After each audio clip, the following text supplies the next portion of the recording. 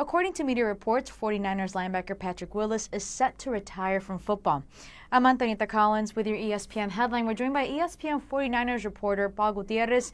Paul, Willis just turned 30 in January. He's a 7-time Pro Bowler, one of only 7 NFL players to make the Pro Bowl in each of his first 7 seasons.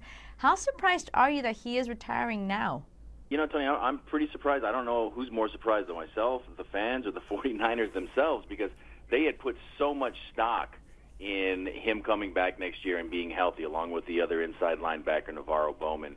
So there was a lot of confusion, I would imagine, going on right now, but yet at the same time, trying to figure out how to fill that need inside. And when he went down last year after only 6 games with that toe injury, Chris Borland, who was then a rookie, filled in quite admirably. So they're not starting from ground zero, so to speak, but it is kind of a shock to the system, because this is a guy that they were fully expecting to come back this year and to contribute and to get that defense up and rolling again the way it was when it went to the Super Bowl. It went to 3 straight NFC title games.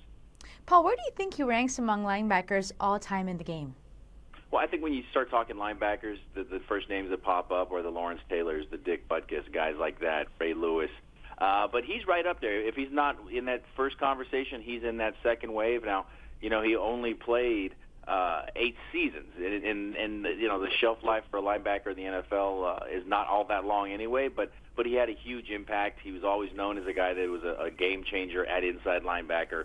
950 career tackles, 20.5 sacks, 8 interceptions.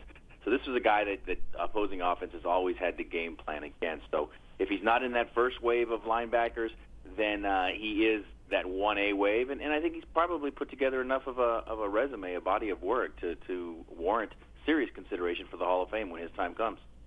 Paul, and lots of changes on the Niners team. Defensive coordinator Vic Fangio is gone. Now defensive captain Willis too. What will the 49ers defense look like next season? Yeah, it'll look like a lot different than it did not only last season but the year before, because not only is Patrick Willis retiring, you got Navarro Bowman, who's still trying to come back from that gruesome knee injury he suffered in 2 NFC title games ago. Justin Smith, the defensive lineman, is still trying to figure out if he wants to come back or not. Reports are saying that he's leaning towards not coming back.